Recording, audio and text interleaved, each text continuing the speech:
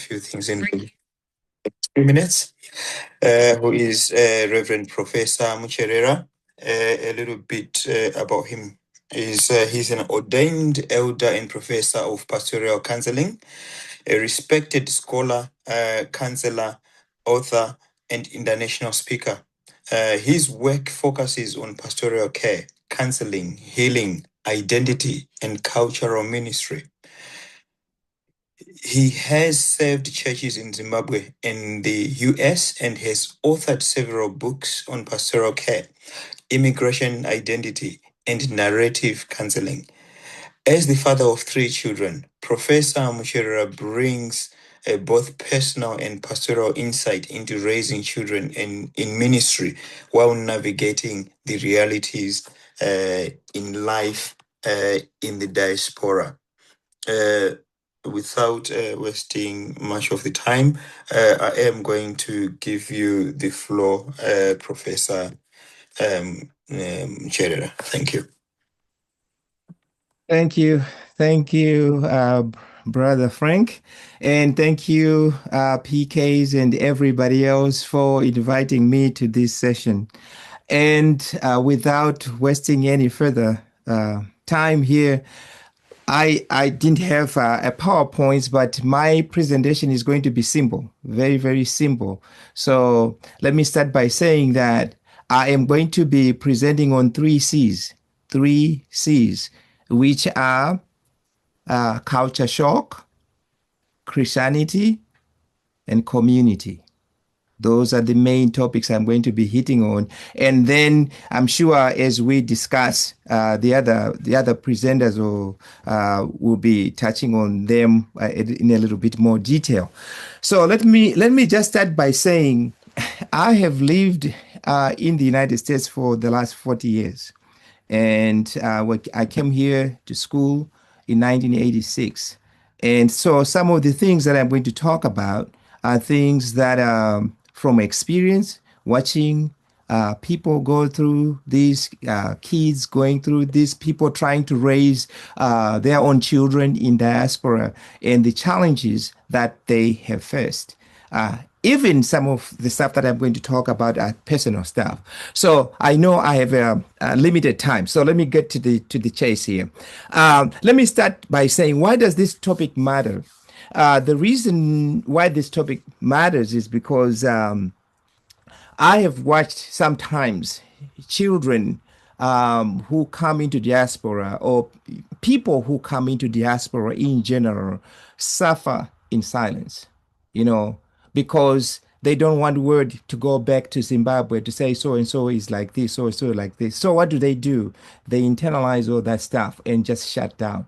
And we'll probably talk about that a little bit more, say what do we do now with that. The other thing that you hear is there's a lot of pressure from parents who are now in Zimbabwe saying, oh, you got this opportunity, don't waste it. For sure, you don't want to waste it. You don't want to waste the opportunity. But it comes to the pressure because the parents are not in the same environment that you are in as a child. So that's something to pay attention to. The other thing that I want to say is to use just a metaphor here.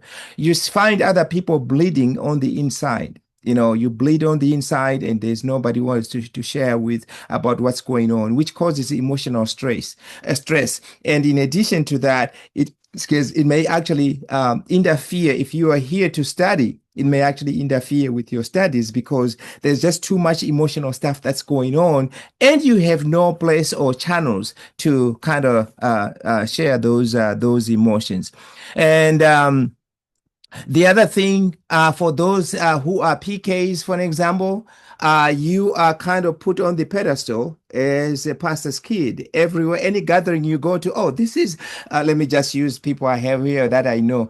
This is Bishop Machinga. That alone says to Miss Sussana here, you cannot behave in any other way, or you can't dance in a certain way, whatever, because because mwana wa Bishop Machinga, you see. So those type of things are things that which may take just kind of like, it's not, but there's a lot of pressure because of that. Now, some of these things may eventually end up in people depression, and luckily, or let me say, we are blessed that we haven't had anybody commit suicide that I know of. While the 40 years that I've been here, a pastor's kid committing suicide because of pressure or anything like that. But it can actually lead to that as well. And sometimes the depression may lead to some of the kids end up using illegal substances such as alcohol, and nowadays it's mbanje, cannabis and all that, because they're trying to deal with the internal stuff that is going on, and failing in school, relationships that don't work because you are depressed all the time. Those are things. I'm talking in generalities now. So I'm now going to come to my 3 points, which are going to start with the culture shock. But those were just general things that children or people who come to the diaspora, end up experiencing. The first thing, the first C that I'm going to talk about is culture shock. What you see on television, on social media, sometimes when it's lived out, it's not a reality. There is the saying that, experience is the best teacher. Or another way of putting it is, experience is knowledge, or else is information. You can have information about a context, but until you experience the context, you haven't experienced it. I haven't been to Niagara Falls, but I have in my head photos that I've seen of the Niagara Falls. When I get there, it's going to be a whole different experience altogether. So I'm saying, what you see when you are in Zimbabwe, for those parents who have children in the diaspora, sometimes what you see on TV, sometimes the things that yes, you are seeing things that you may say, oh, is that real? Is that what? But when you are in the actual context, you may actually find that it's very different. Culture shock. Some of the things that you assumed, we make a lot of assumptions. Sometimes we forget, when we see movies, we forget that these are actors. It's not the real thing. There are people that are acting out. They are not actually living out the real thing. So sometimes we forget that the things that we are seeing on media, social media, and all that, it's not the reality of what's lived out in real life. So that's one of the things when you get here, there are going to be culture shock. Some of the culture shock may be actually simple things like weather, the weather being very different. That alone, can be food. The food that you have to find places where, you gotta go find the what you call the real food, not McDonald's all the time. Okay, so there are simple things. And things such as being asked all the time, where are you from? Where are you from? There are times when at first you feel like, oh, yeah, that's good. People want to know about it. And then finally you actually start hearing, where are you really from? In a way of, you don't even belong here. So sometimes you're not prepared for that. So there's culture shock in terms of different values that you have, that you bring over to the US, that may be very, very different from what you experience in the US, different from what the lived out life in Zimbabwe, for an example. So that culture shock to say, oh my goodness, this is not what I thought. I thought things were different. I thought things were this. And now you have to adjust to that. And so I'm sure the other presenters are going to expand on this, because I don't want to take all the time here. But I know I'm just putting that as one of the big C's. There is culture shock when you get into an environment. You have lost familiarity. Things that were used to be familiar are no longer familiar.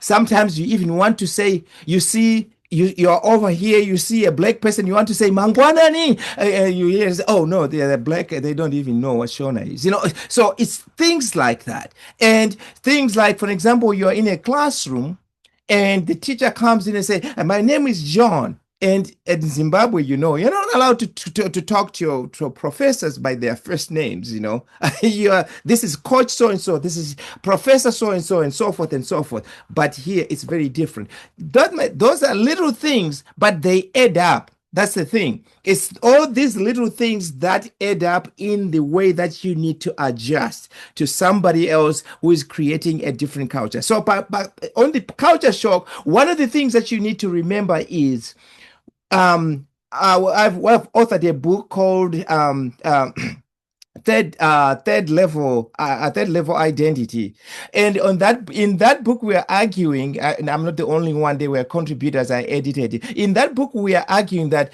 people who come from Zimbabwe coming into the United States, for example, or let's say they go to Britain, one of the things that happens is this: you are bringing your own culture, right? You are Zimbabwean, you come here, you are coming into a culture that you are learning. Now, for you to survive, you have to create a third culture of survival. What we mean by that, because Zimbabwe, you take the Zimbabwean culture and values and just try to throw them in here, they won't fit. You try to be an American, and you in yourself, in the sense of self, you realize, this is not me. I'm African. So now you gotta create a third culture in yourself, for yourself to survive. Anyway, if we had more time, I could get into a little bit more detail on that, but I just wanted to touch that under culture shock. Now let's go to Christianity. In Zimbabwe, we are actually praying and hoping that the beginnings of the UMIF in North America, and this group here, and MUMC and RRW in North America is going to help a lot, because it wasn't there. The Christianity here is very different from the Christianity that we experience in Zimbabwe. Why do I say so? Because you go to church, if you are going to, and this is not to put down the white congregations or the other congregations that are here, it's not to put them down. It's because the style of worship is very different from us. You give a Zimbabwean a drum and a shaker, you sing, they feel like they have gone to church. You get to check. Now we're adding the piano too, but you have to have that drum and shaker. So and the singing, the style. You may be singing the same song. You may be singing "Amazing Grace." You sing it in English, it's going to be very different. The way it's going to come out when you sing in Shona. So the Christianity and the way we express ourselves is very, very, very different. The second thing has to do with the style of worship in terms of worship. It's 1 hour. Somebody left their crock pot at home, and when they get to church, they want to be out in an hour. In Zimbabwe, it's very different. So for you who is coming to Zimbabwe to settle here, it's like, yeah, I went to church, but there's still some, you can sense that there's something still missing here. There is something there that is still missing. So this is kind of in general. I could go deeper as well about the Christianity, the practice of Christianity. It's actually one of the things. Let me give this a real example here that happened. When I first came in 1987, I went to an annual conference. And soon after the annual conference, there was the social hour. And the social hour, do you know where we went? We went to a pub, and there's a beer every preachers with, and so can you imagine? You're coming from Zimbabwe, you come over here, your youth pastor takes you out to lunch and say, oh, do you want some beer too? And I thought, what? You're the youth pastor and you are asking me to do what? It's a very different type of Christianity as well. And so we could go into different type of things here, the behaviors and the way we act, the way we express ourselves, all that. But for the sake of time, so the Christianity here, I know the other presenters will touch on that as well. Christianity, the way we practice Christianity, sometimes the values, yes, it is the same United Methodist Church, but the way we express ourselves. It's through the cultural expressions and values that we have grown up to know, which will be missing when we get over here. The third C has to do with community. So I've talked about culture shock. I've talked about Christianity. Now community. One of the things that is kind of tied to the culture shock that you're going to find is the fact that the sense of community is very different. Having 1,000 friends on Facebook is not the same as having a friend that you can go knock at their door and say, "How are you today?" It's very, very different. You can have 1,000 friends, but hey, it's not the same. Let me tell you a quick experience. I come here to the United States. This is 1987.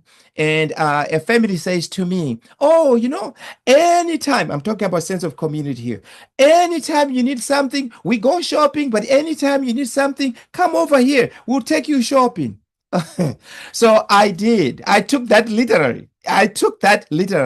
So I had gone 2 different times, not back to back, and knocked at the door and said, "Well, can you take me shopping? You promised you could take me shopping." So yeah, they did.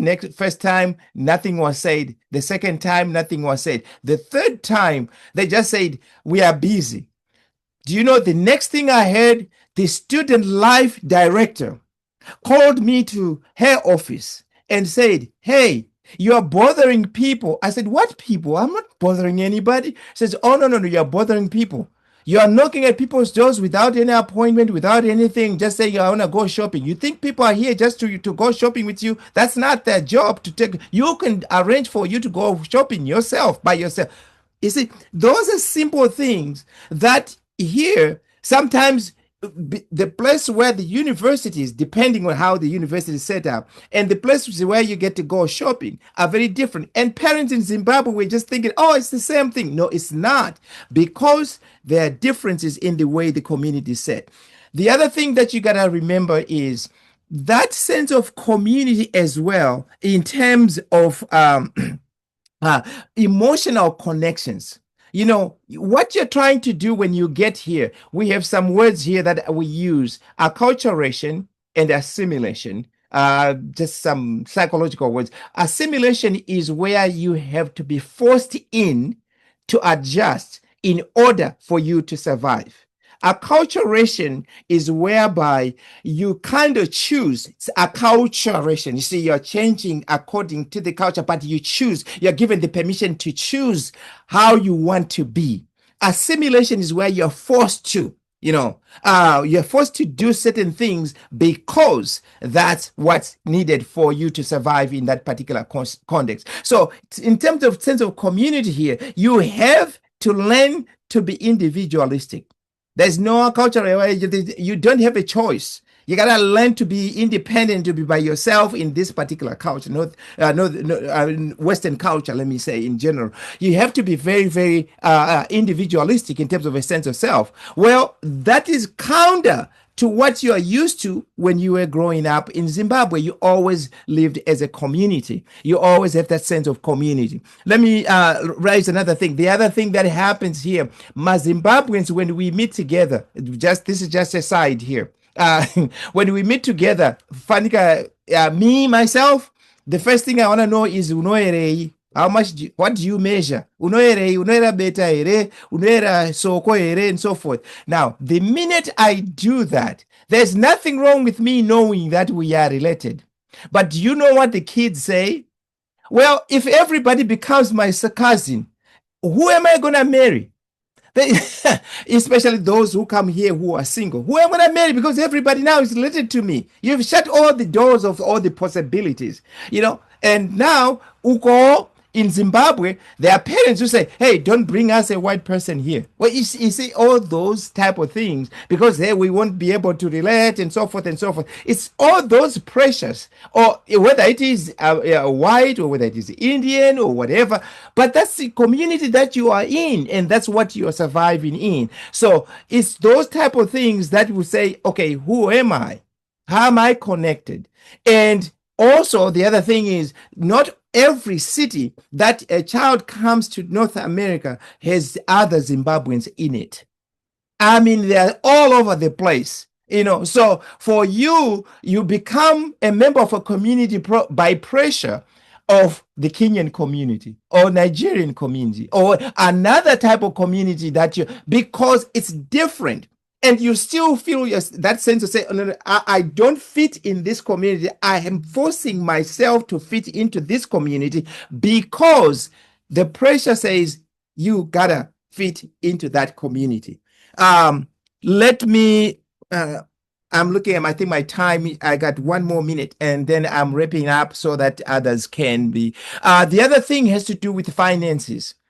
Sometimes in terms of, you cannot go to your school to other people and start borrowing money because something is short, finances are not together, because there's not that sense of community. So that's another thing that you experience. There's that pressure to say, I have to survive. So you end up with people who are going to overwork themselves in order to survive, because I don't want to put more pressure on my parents who are in Zimbabwe to ask for more money, because I have brothers and sisters who are in Zimbabwe who need support from Zimbabwe. So there's all those type of things that are there as well for those who are here in the diaspora. Let's see. Yeah. I will also comment as we go with the others. But for now, those three C's I think are enough in terms of the larger picture. That culture shock, Christianity, and community. I had other C's, but I'll stop with those three that we can start off on in terms of our discussion. I hand it over back to you, whoever is presiding. All right. Thank you, Professor Reverend Mucherera, for the three C's and everything. That was powerful. I'm going to hand it over to Purity, who is going to do the panelist introductions. Thank you.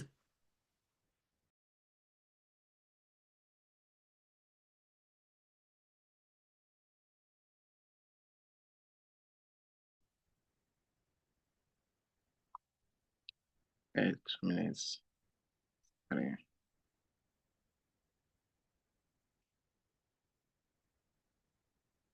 Okay, can you hear me? Yeah. Hello. Yeah. Okay. So our first panelist is PK Sussana Machinga, second daughter of Bishop and Rev.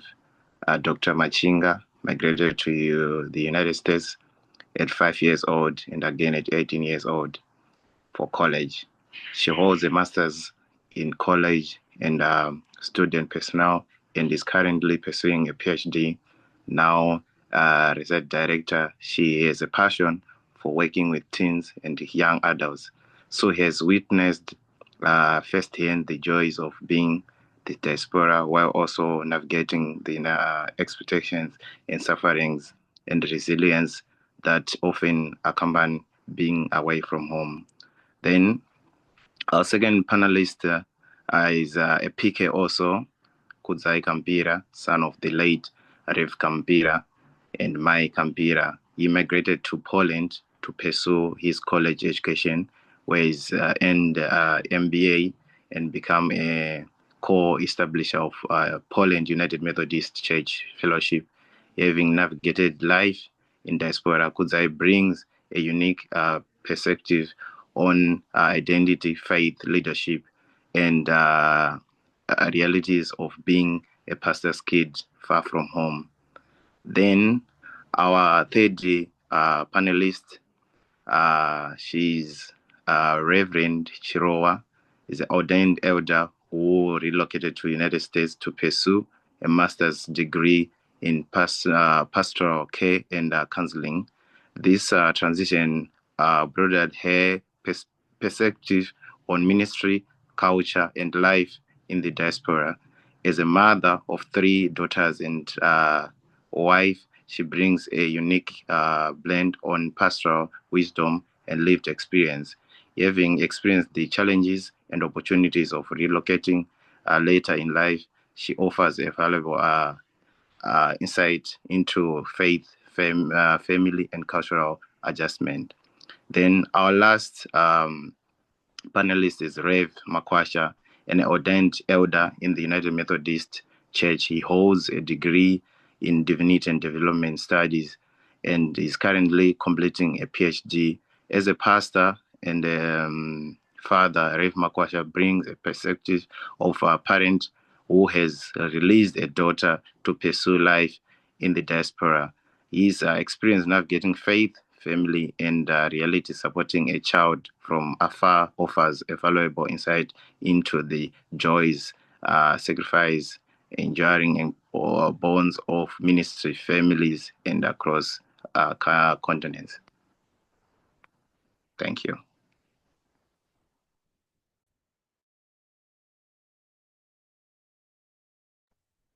All right. Thank you, Kamupira, for introducing all our amazing panelists here today. Hello, everybody. As you heard before, my name is Sussana, and today I'm not really like a panelist. I'm more of like just the moderator. I'll be asking the questions today, but maybe chime in here and there when I want to. But welcome everyone, and thank you so much. Well, I'm so used to calling you Uncle Nico. Remember that whole culture shock thing, Reverend Professor Mucherera. Thank you so much for giving us and kind of setting the stage for us, this 3 C's: culture shock, Christianity, community. And a lot of what we're going to talk about today, you will realize, is going to boil down to those 3 things. So let's get started, shall we? Now to the fun part. So many families have certain expectations about life in the diaspora. Those things that we talked about, right? In your experiences, panelists, what are some of the biggest gaps about what people expect or what they think and what the reality is actually living in the United States or anywhere really in the diaspora, wherever you are, living abroad?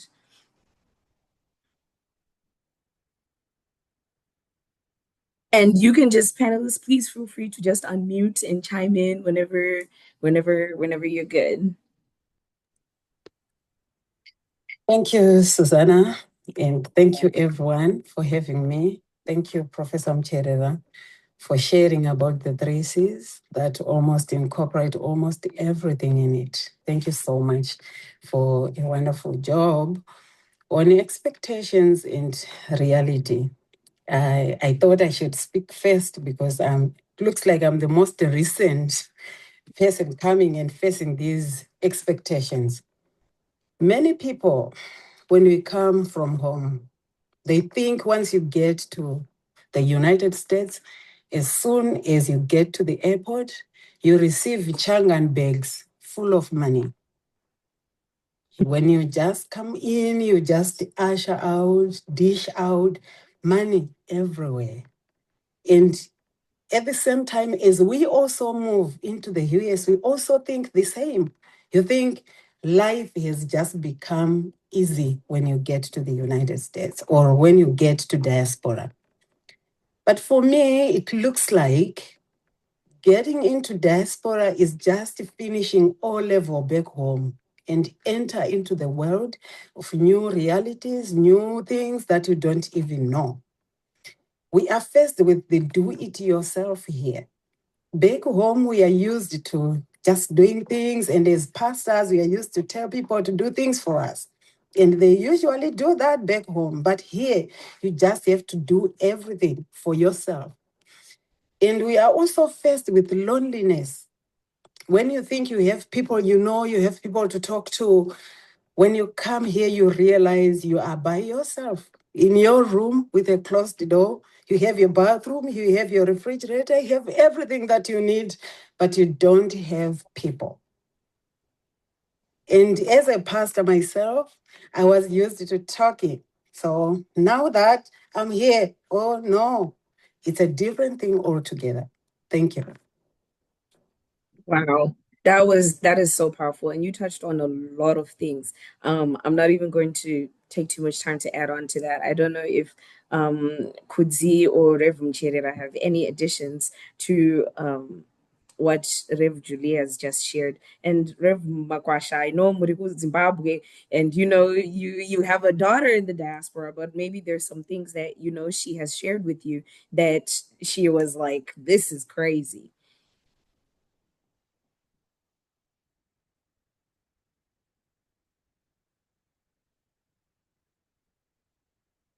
I think I'll add on to what Pastor Juliet has said. First of all, I'd like to thank Professor for the presentation and everyone for joining. I think I'll just add on because the assumption is that looking at most of us, I think we are Zimbabweans, the assumption is that wherever you go, be it not even in any European country or America, even if you go to a country like South Africa or Zambia, any country that is Zimbabwe, it is better than Zimbabwe. But when you get there, you find that the same economy thing that people are suffering from Zimbabwe, the same people here are suffering from that.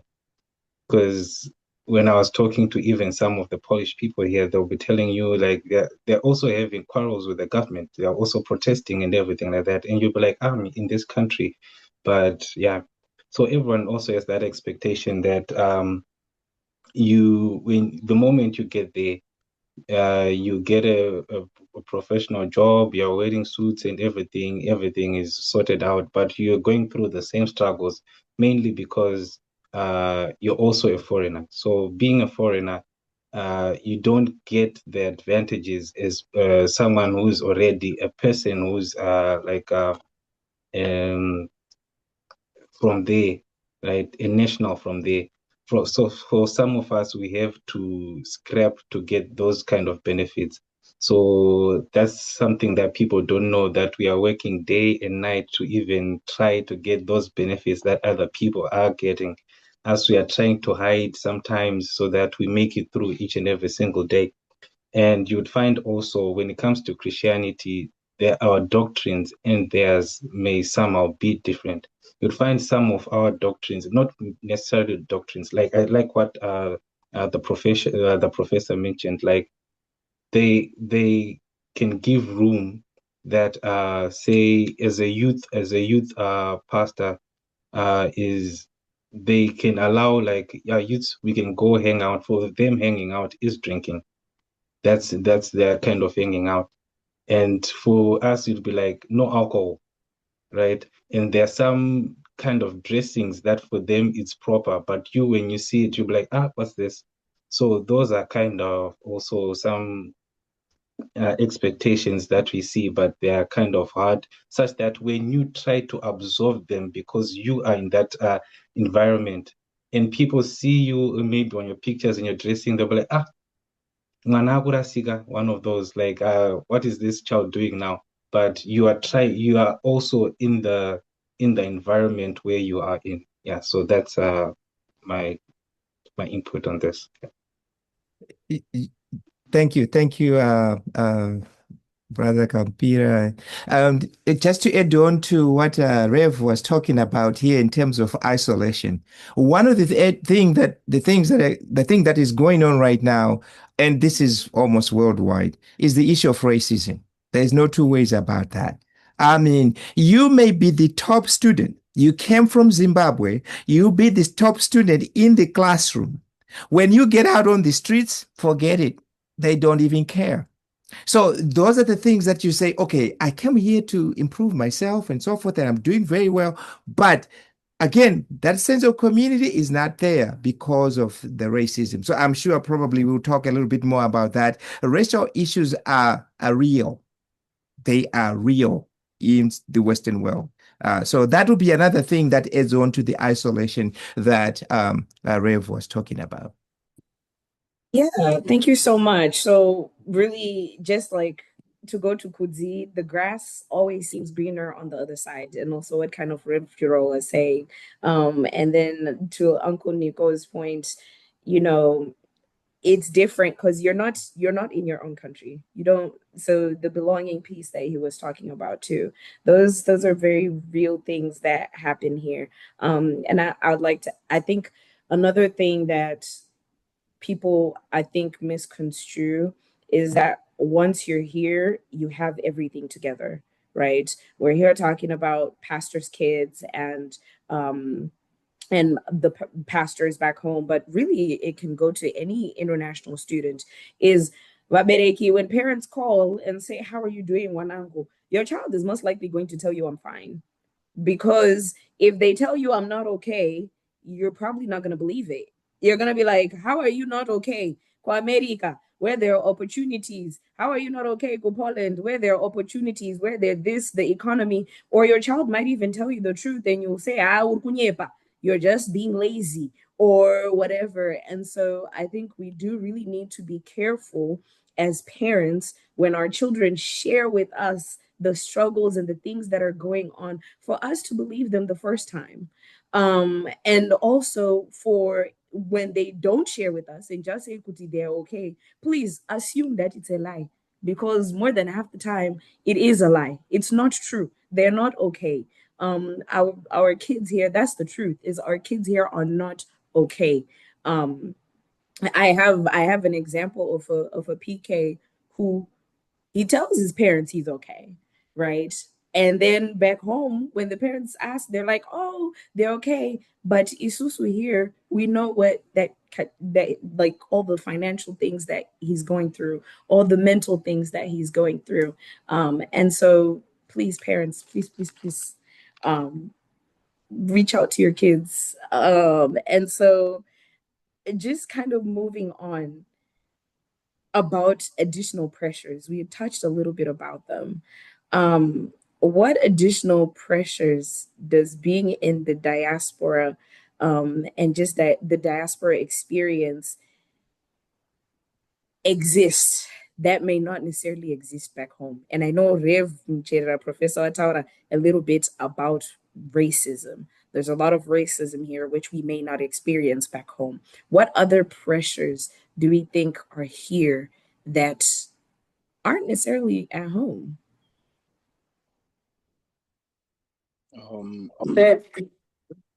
No, thank you so much.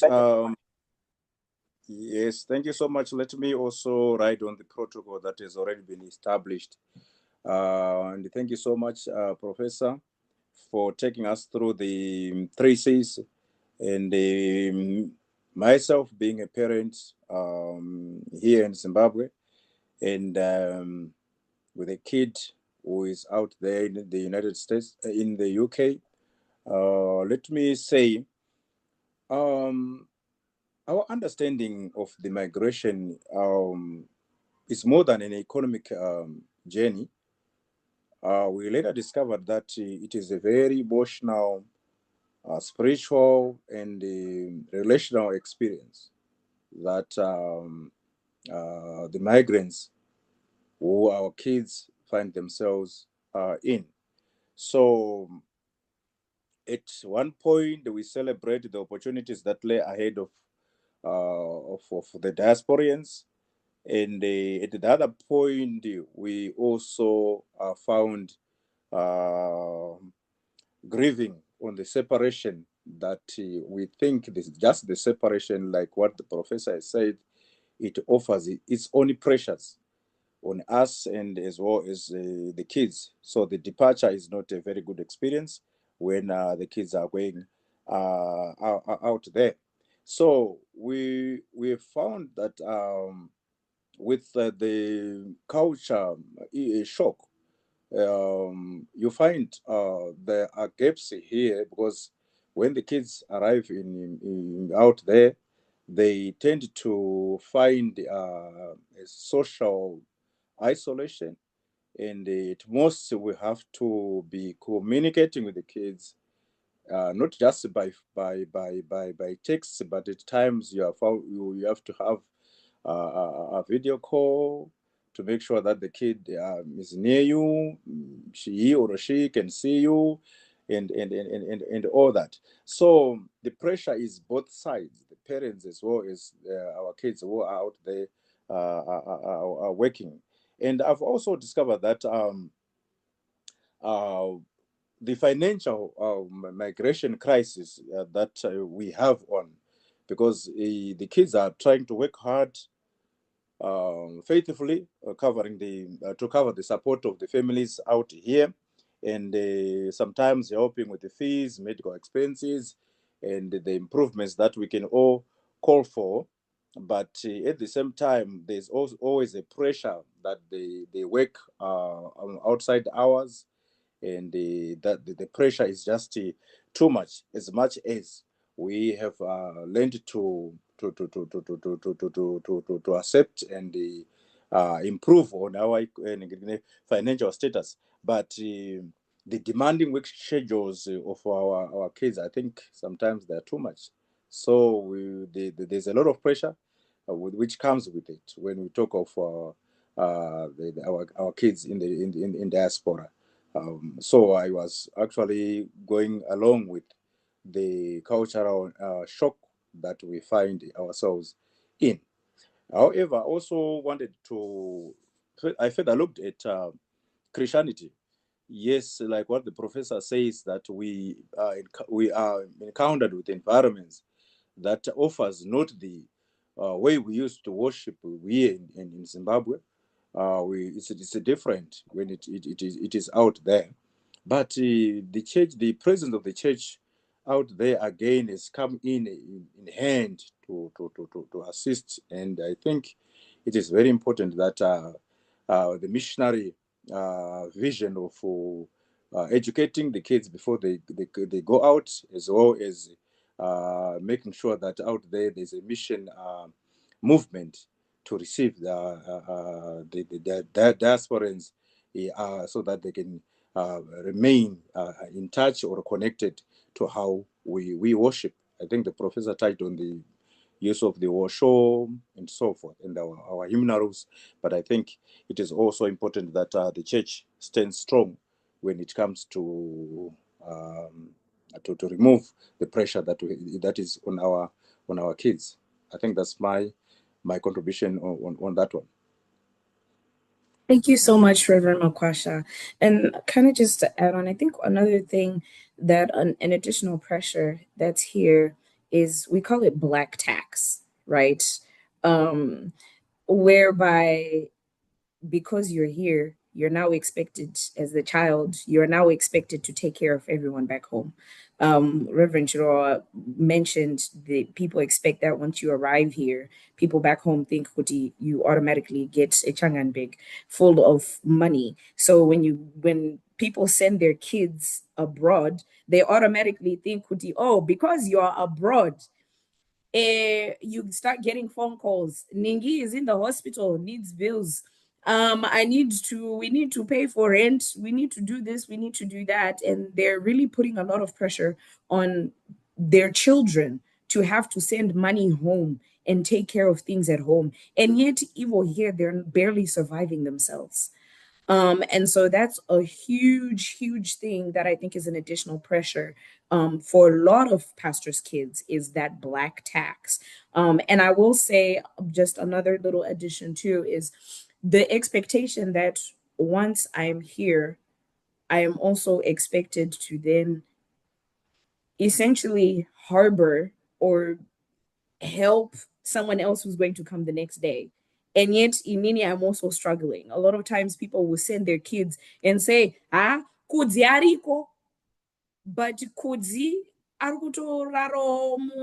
be sleeping in one room barely, or whatever, or maybe even sleeping on the floor, or even sleeping in someone else's apartment, and doesn't have money for food, doesn't have money for this. But you're sending your child to the diaspora saying, oh, Ningi is there, and you don't even know what that person's living situation actually is. So I think that's another expectation on people who are already here that's kind of difficult.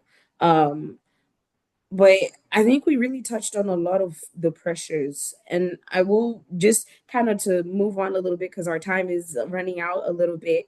Let me jump in, I know, but let me jump on another pressure that is that, we used to talk of peer pressure. Mm-hmm. Now we talk of formal, fear of missing out. That's a pressure that's so much right now. It's not the peers who are saying, let's do this, let's do this. You see other people doing it and you say, am I missing out here on some of the things that are going on? And you end up joining things that are not supposed to join, not because anybody said for you to join it. It's just because there's this pressure that comes from nobody that says, what am I missing out on? So anyway, I just want to quickly say that as well. Yeah, no, that's so true. That's so true. FOMO. So just kind of moving on, because we have touched on a lot of these things. Many PKs don't really openly share these struggles and share what's going on. And I touched on that a little earlier with the example that I gave. Kudzai, you're the other PK on here. Why do you think PKs don't share? And like, what are some of the hidden things that we have as PKs that, like I said, we don't share with our parents? And why do you think that is? Yeah, that's now you're putting me on the spot so that I begin to share on behalf of everyone. Well, But you yeah. better share. Well, already the title PK on its own, it's like it comes with a lot that you do not even feel like you're born into it. You do not choose like I want to be a PK.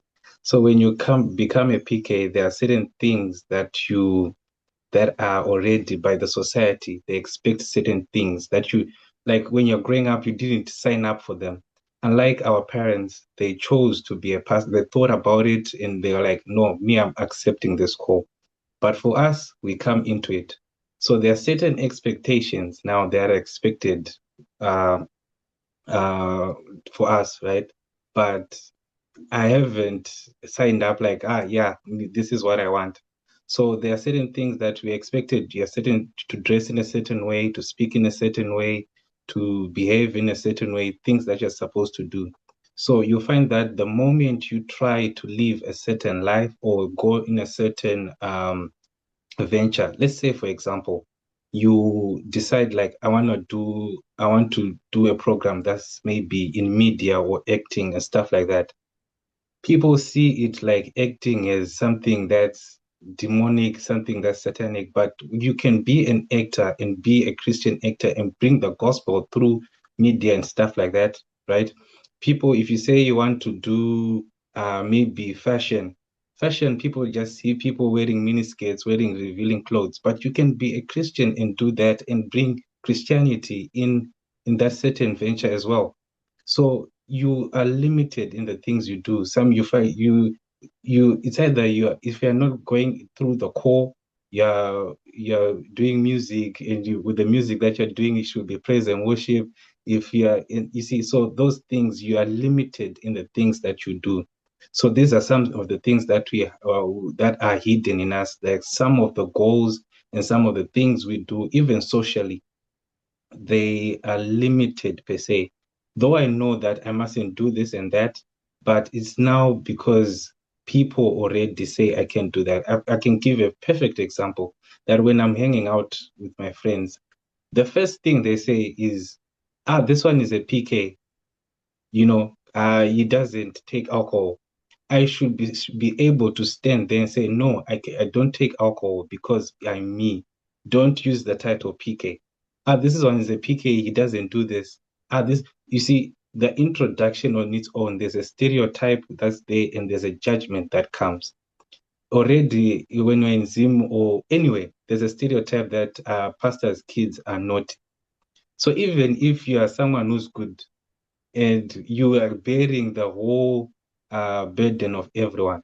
So you find that wherever you go, you are not proud sometimes to even call yourself a PK, unless it's a certain environment. Then you'll be like, yes, my dad is a pastor or my mother is a pastor. So these are some of the things that we go through. Like we cannot live our own lives as we would want to, or our own dreams, because being a PK, there are certain expectations that are there from the society and even from our parents. Yeah, I think that's sums it up. Can I Yeah, come in, that's Sussana? Yeah, that's awesome. I mean, before you jump in, Rev, we really, because what Kudzi's saying is so true, but we also really want to touch in on what are the hidden things that pastors' kids don't tell their parents when they're from the diaspora, and like why. And so I think Kudzi touched a lot on the why we may not tell our parents a lot of things, and like what are the hidden things. The hidden things that we don't tell our parents are our financial standing. We're not very honest with where we are financially. The fact that we are struggling. If we are struggling, we're not going to tell our parents that we're struggling. I know as it's especially really heavy on our male children, because males are raised in our culture that you have to be independent. Rev Chirombo talked about that independency. Our male children are raised in like you have to be a provider. You have to look out for yourself. You have to fend for yourself. You have to feed yourself. You have to do all these things. So I think it's easier for the girl child to go and say, mama, daddy, I need money. I'm struggling. But for the boy child, it's like it's more so, go, you got this, figure it out. And so those are some of the struggles. Financial struggles, mental health struggles are a huge thing. Rev Mucherera touched on that a little bit, and it's unfortunate to say, but we have lost some PKs due to suicide because of mental health struggles. And so it's really unfortunate that we have to get there. And so those are some of the things, internal struggles, relationship struggles, some people, and even that loneliness. Those are some of the struggles that we have that we don't share with our parents. And why we may not share them, I think one of the things is pressures from parents and the society. We already talked about that. Children don't have existing relationships with their parents that are open enough for them to share. Pamwe pandinobva kumba, Titori Kumba, when we were home, I never trusted my parents enough to even share openly and talk to them. So now that I'm in the diaspora, I'm more likely not going to do that anyways. And so making sure that our parents and our PKs, we're cultivating relationships with our parents and becoming best friends with our parents so that when we are in the diaspora and experiencing these things, we can share these things. And another thing I think that's huge is shame. We don't share because we are ashamed of it. We think once we come here, we're supposed to make it. We're supposed to be at a certain place, and when we're not, it's embarrassing to share, Kuti, because it's supposed to be a success story, right? Greener pastures, but it's not the success story that it is. And so I'm now ashamed to share, Kuti, I'm struggling. That's what's happening. And so those are some of the things that I just thought about when Kudzi was talking. And I know Rev JC, I think you wanted to say something, and then we'll kind of move on. Thank you, Sussana, and thank you, Kudzi, for sharing. I spoke to a PK about this question one day, and this PK shared something that was kind of touched by Prof. Mucherera that looks at the third culture that is created when someone is in the diaspora. That third culture back home, you are always used to be told this is wrong, this is right, do it this way. But here, this PK said, I have to situate my own culture that suits me so as to assimilate myself into the system. And sharing with my parents back home, fear of them saying this is wrong, this is not right, while they don't understand my context. So that is kind of shaming to share what you're going through because of that, you're not sure whether it's the right culture or it's a wrong culture. So sharing with them is difficult. He also shared on our parents back home. When we come here as children, as PKs, our parents kind of begin to up their life, saying, my daughter is in the UK, my daughter is in diaspora. And when our parents up themselves and we fail to meet their demands, that's a challenge. We cannot share with them that we don't have because they are already up there. Every time they'll be giving testimonies when they preach, my daughter is in diaspora, Kurumuko, Kuchishano, Kusondo, the sharings are there. So that kind of deprives the KPs, the PKs to share how and what they are going through. So I thought I should share on this. Yeah. And also, Yeah. as parents, as pastors, we are quick to judge without listening, without taking our time. Thank you. It's like, in other words, vabereki miswai. Yeah, Please. I can also add and say, I think it is coming out clear that there's a fear of judgment, because out here, definitely parents have come up strong and judge, so that the kids do not, or the children do not come up open on what they are doing. Judgment in terms of relationships, and also like what the Reverend is saying, that sometimes I think there will be a confusion in identity, because sometimes there's fear to say I am too foreigner. I'm rushing into being too of a foreigner, and that on its own, I think it can lead to our children not sharing. Wow, that's powerful. That's so true. And it's also the reality, right? The judgment is also the reality. That's what we fear, and we fear it because we face it a lot of times. And so I think, so we talked about all these things. What PK's fear, and and why. And one of the things we touched on was creating that relationship, right? So what are some practical things in like one word, like kind of quick, so we can kind of catch our time too, but what are some ways and some practical ways that clergy families can remain connected to their children, despite everything, so that our children are not hiding things? So this might be a repeat, but I liked what Rev Makwasha was talking about in terms of having, whether it is weekly or monthly meetings with your child. Video, like just this. I mean, technology has pushed us so far that we can be in the same room at the same time, but even though we are 10,000 miles apart. So why don't we take advantage? In our house, in our family, we used to have Sunday dinners where our kids, I saw Shamiso is online, so I'm talking about them.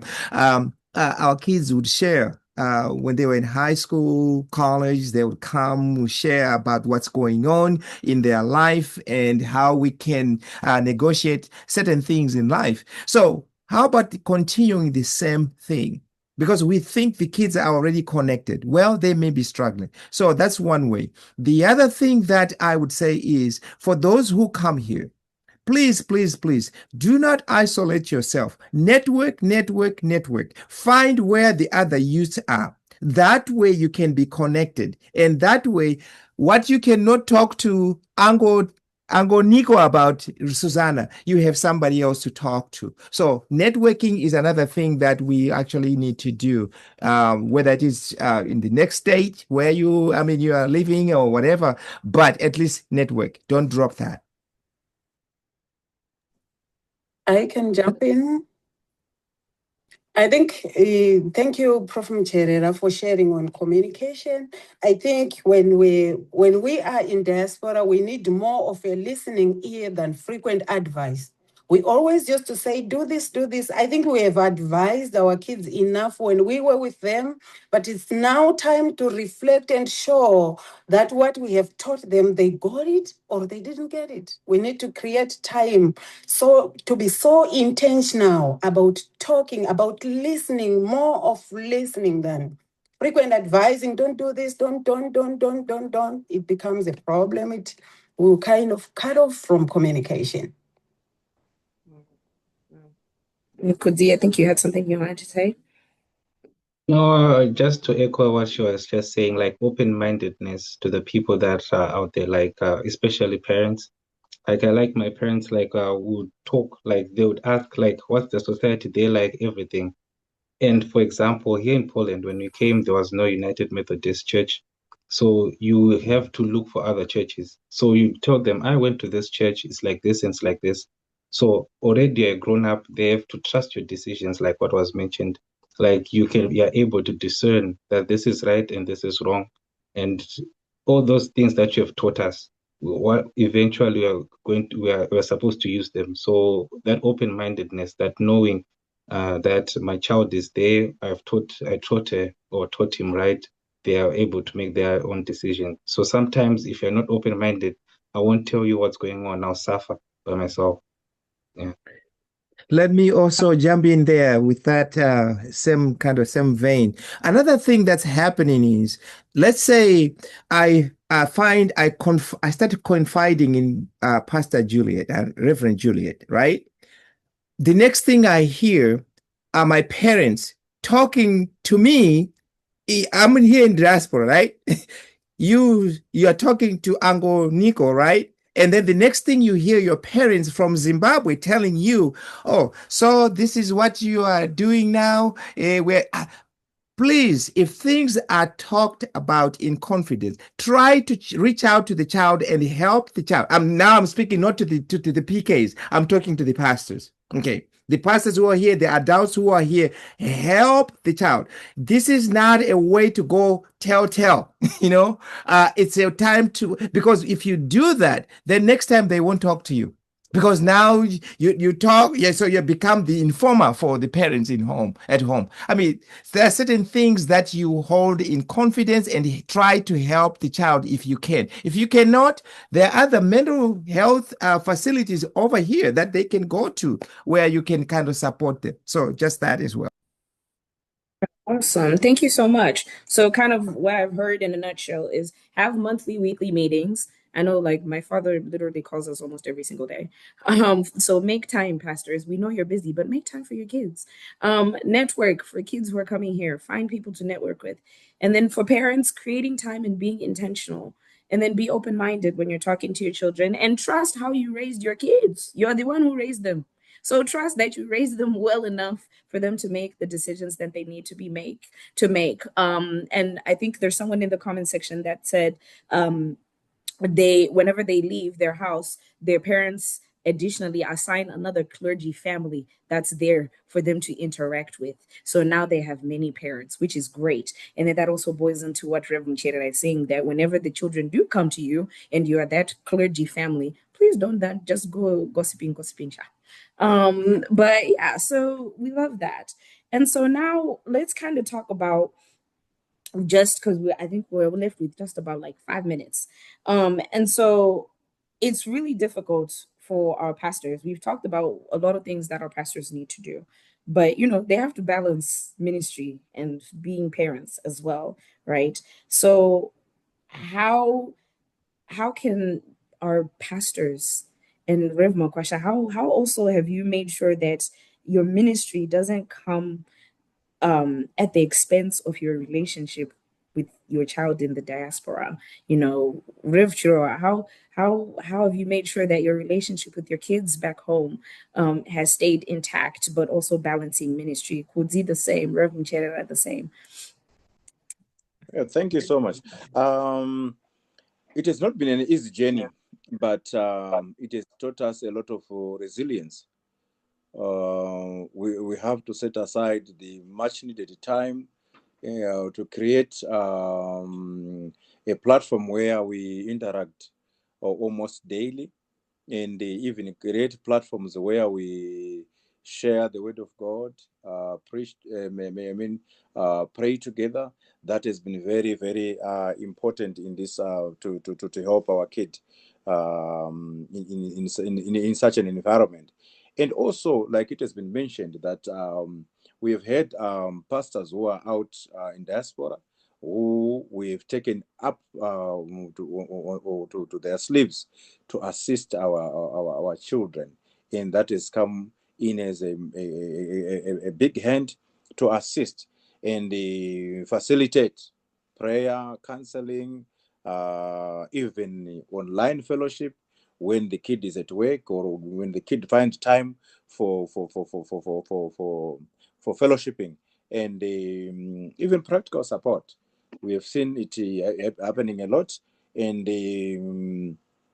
each time that they come, we have also tried to observe birthdays and even weddings, involve them as much as we can. So that has been the order of the day, and really it has been assisting. Thank you on that. Thank you, Sussana. I think for me, ministry begins at home. We just have to create time for conversations, for celebrations, and for everything. I'll share this with you. And unfortunately, my daughter is out. She's no longer here. But when my second born daughter was in grade 5, and the coming of COVID was a joy for her. Why? She recorded a video on my notepad. She said, "Welcome, COVID. Thank you for coming. At least I can have my mom full time." That changed my way of seeing things. That changed the way of parenting. That changed the way I investigate on topics and everything else. I think as pastors, no one has taken us to a parenting classroom. We're parenting from what we inherited from our parents, and sometimes we are traumatizing these children with what we inherited from our parents, and we are using it on them. But what my daughter did changed the way I view things. We need to be deliberate on creating time with our children, sitting down with them.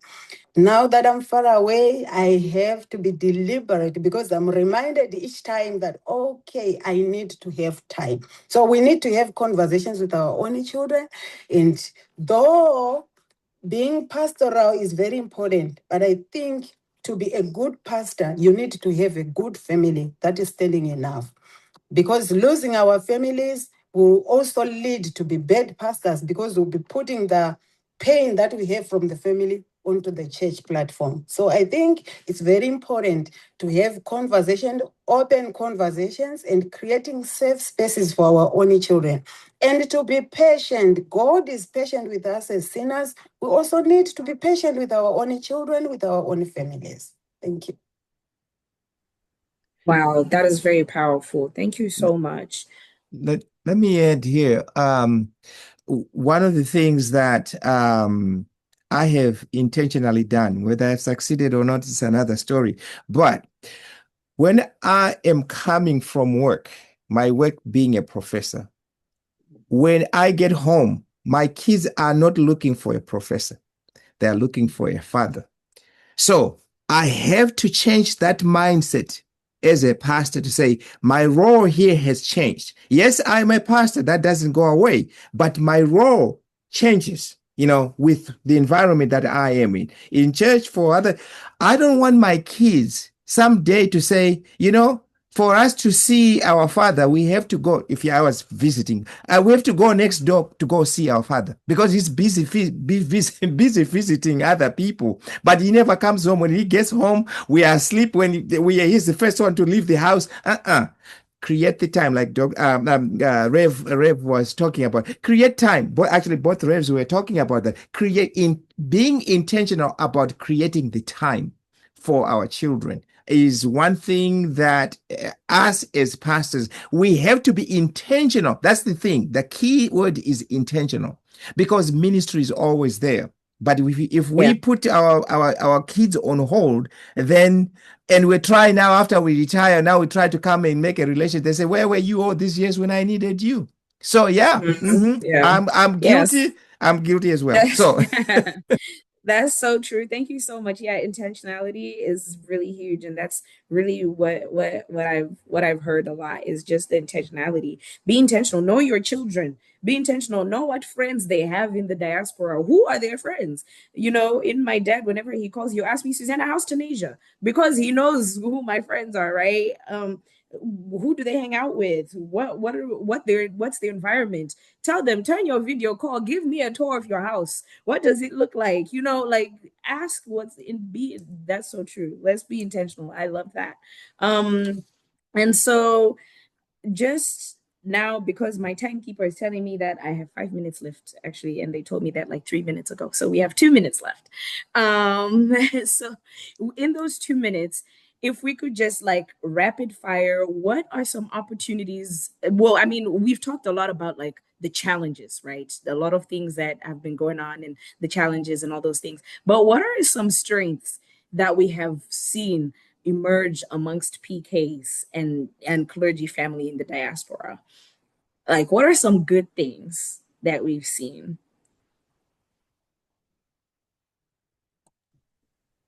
Quality education, leadership development. I'm hearing of PKs starting a church in Poland. That's very important. And I think it's just a platform that has been opened, and it's exposure for me that has led them to do that. So I think there are many global ministry opportunities. Mixing with other cultures, other denominations, our mindset is kind of broadened because of that mixture. And living in different cultures has helped us to appreciate diversity. Thank you. Yeah. And shout out to Kudzi, who's here, for being one of those PKs who started the UMC in Poland. So kudos to you and all the PKs who did it. Yeah. I'm seeing a lot of good news about these days. I'm going to also add to say that right now at this platform, I know we have two doctors right here. That alone, PKs right now. The one that I know. There might be more than that.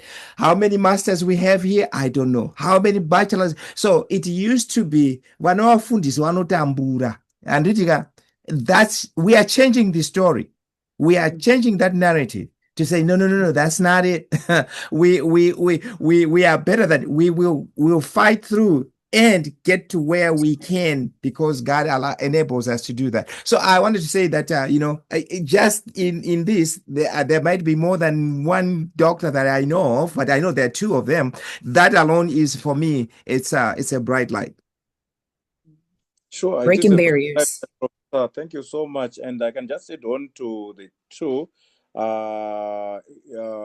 Remarkably, there have been opportunities that have been risen from the diaspora experiences. We have the exposure of culture, broadening culture, and they develop the skills from our kids, and they created opportunities in education as well as professional growth, like the professor has said, and the personal development. And we've seen our kids working abroad, acquire knowledge and experience. This has been so good for us. And at the same time, when we refer to the challenges, we can also see that it has taught us a family resilience. We've learned to trust God more deeply and appreciate every reunion and the value relationship that our kids have brought in, which is beyond material possessions. I think this has been very positive. Thank you. Yeah, I'll just add on, like most of the stuff was added on. I'll just add on, like, to say, when you're back home, the assumption is that we are together already. Like, say, for example, I'll use my brothers that I'm here with Purity and Laxo and Kasa. Because there's no community here, we now know each other, and we see each other often, and we have to, because there are no people. But if we're in Zimbabwe, the assumption is that I will meet someday, because we are going nowhere. But when you're here, there are so many opportunities to link up with so many Zimbabweans and share ideas. And you're not alone, but your mind is broadened, actually, like what was mentioned, because you are limited. So you have to exercise your mind to think outside the box. Yeah, that's so true. And I would add on, like, innovation. PKs are being very innovative these days. Like you said, coming together, we have a lot of PK groups that are there. We actually have a lot of get-togethers that are coming, that PKs have like intentionally said, we want to meet. And so if you want to hear more about that, please join our platforms and you get more information about those sessions. But, I think PKs in ministry has been the biggest thing for me that I have seen. We've had a lot of PKs who are now going on fire for Christ. I don't think there's any church event or organization or anything that we'll see that we will not see PKs in the forefront running things, whether it's being the musicians, whether it's being the organizers in the back, whether it's being the preachers. We just had one of our PKs be one of the guest preachers at the UK Sangano. That just happened. Like, PKs are really on fire for Christ right now, and that is amazing to see, and I love to see it. And so, I mean, those of you who are watching, those of you in our comment section, please, what are some questions that you have? Put them in the comment section, and we can, for our panelists, just about some of the things that we've talked about, or even comments about things that you think we need to share for the greater community. And while people are bringing their questions together, for my panelists, what is, if you could offer one piece of advice to either clergy parents or PKs living in the diaspora, in one sentence, one phrase, please tell us, what is that piece of advice that you would give?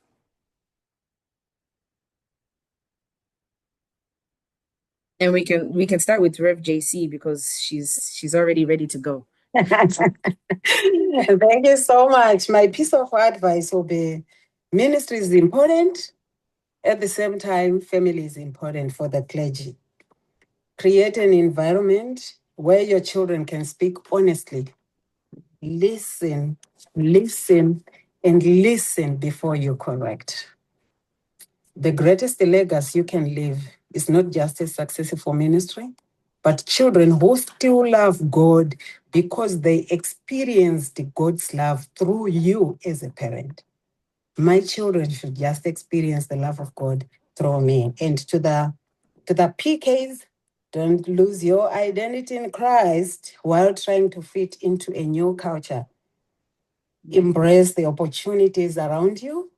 Work hard and pursue your dreams, but stay rooted in your faith and values. Thank you. And from my personal journey, I've learned that parenting does not end when a child leaves home. Actually, it simply changes its form. We continue to guide through prayer, encourage through conversation, and love without conditions. Thank you. Powerful. Thank you. So, for me, one of the things that I would want to say to parents is, allow for your children to flourish.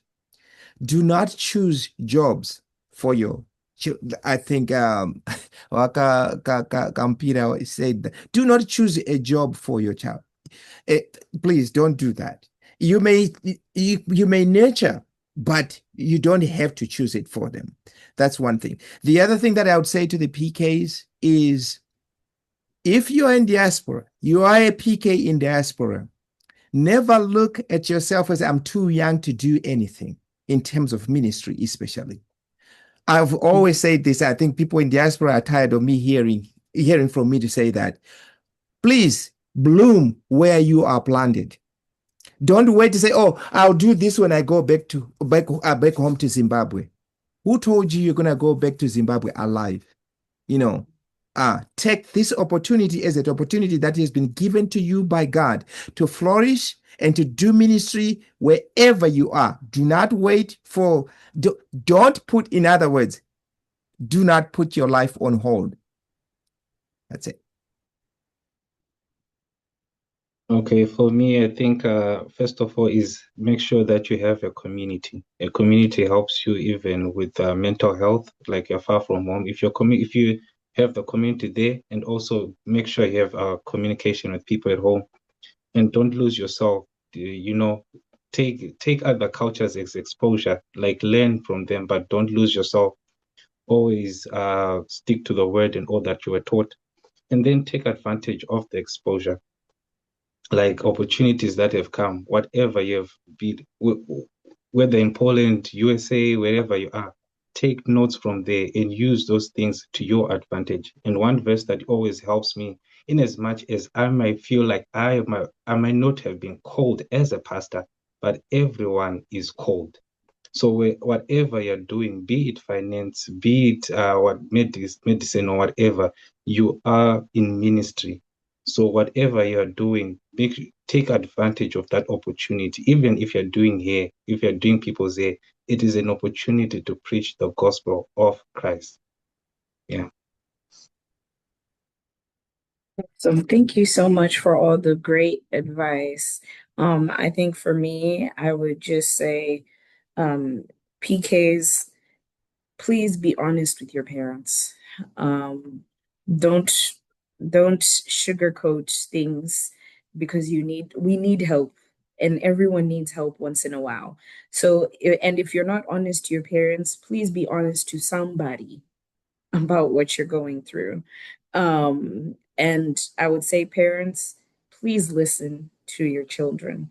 We try to talk to you in so many different ways. Please, please, please, please, please, let's listen. I think Reverend Mucherera talked about my children shouldn't have to wait until like I come home, or they shouldn't have to come look for me next door. We actually had a PK who shared that in order for him to get closer to his father, he started going to church for like to the office, to the secretary's office, and saying, "Can I have an appointment with the pastor?"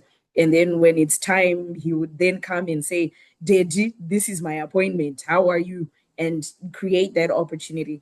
Please, in as much as that's very creative and that's great, but for our parents, please let's not wait for our children to have to extend themselves and break their backs to try and have relationships with you. I think my father has joined in here and he's my best friend.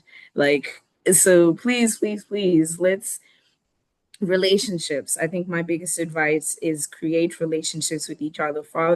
Children, PKs, try as best as you can to create relationships with your parents. Parents, vice versa, please do the same, because all of this becomes so much easier when we have good relationships with each other. And so I don't think there are any questions that have come in. So, well, if there are no questions, let me make a comment here. The comment I want to make is this, and this is a comment and a recommendation. We are all gifted differently as pastors in the diaspora. And so it just so happens the Reverend, who, I think you're now in Kansas. Is it Kansas? Okay. The point I want to make is this. I will I think be in Nebraska. In Nebraska. Okay. So one of the things that I would want for us to make available for pastors in diaspora, my area is pastoral care and pastoral counseling. Okay. Same thing with Reverend Juliet here. It's the same area. I think it's a good thing for you PKs who are leading us to take our phone numbers and contact information, put it out there to our other PKs, because some of them, they don't know me. Some of them, this is your first time you're seeing me. Just to reach out if you need somebody. And so giving each other, putting this information out there, what are your expertise, even in general, as PKs by ourselves, just what is that I'm an expert in. That way, if I need something, I can just reach out. Great.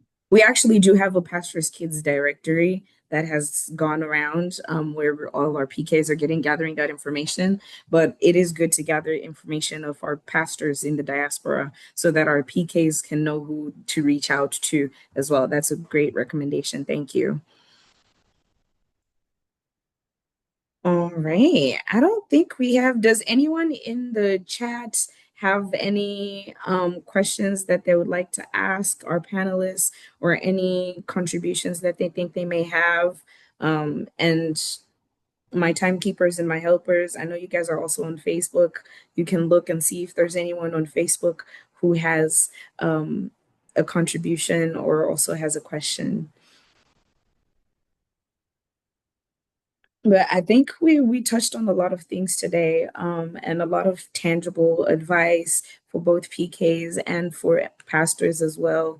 The diaspora is great. It is good, but the grass is not always greener on the other side. The grass is greener where you water it. And so wherever you are as a PK, fellow pastors, whoever really, water the grass where you are so that it becomes green. And when your grass is green, the grass next door doesn't really matter. And so let's be intentional about just cultivating whatever we have wherever we are, and educate yourselves. If you're in Zimbabwe right now and you want to come to the diaspora, we're not saying don't come to the diaspora. We're not saying don't send your kids to the diaspora. What we're saying is be knowledgeable or inform yourself about the things that are going on in the diaspora before, one, you send your children here, and before, two, you're a child who wants to come to the diaspora. And our parents, don't just send your children here with nothing, because it's going to be really hard when they get here. And so that's be informed. That's all we're saying. Inform yourselves. Inform yourselves about the environment that's going to be there, the 3 C's, right? The culture that's going to be there, and everything really. So I think because we don't have any questions, I think we were pretty clear in, if we don't have questions, it's one of two things. Either people are shy, they don't want to ask, or we've done a pretty good job in elaborating everything that we needed to do. So thank you so much to our panelists. We really appreciate you all for coming today, and appreciate you all for just giving us the words of wisdom and the encouragement that you did. We'll put your information out there for anyone who might want to reach out for more information. And at this point, I think we can close our panel discussion, and I will give this